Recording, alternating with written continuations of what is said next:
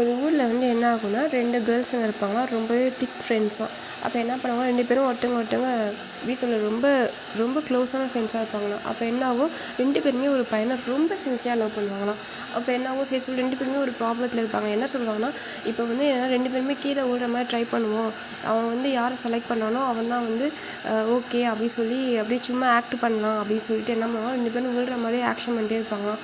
அப்போ என்ன ஆகுமா, உடனே அவன் வந்துட்டு ஒரு பொண்ணை மட்டும் செலக்ட் பண்ணி கூட்டிகிட்டு போயிடுவாராம், ஒரு பொண்ணை வந்து வேணாம் அப்படின்னு சொல்லிட்டு போயிடுவாராம்.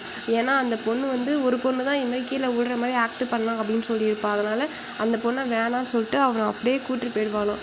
உடனே அந்த பொண்ணுக்கு ரொம்ப கஷ்டமாக இருக்குமோ, அழுவாளாம் பயங்கரமாக.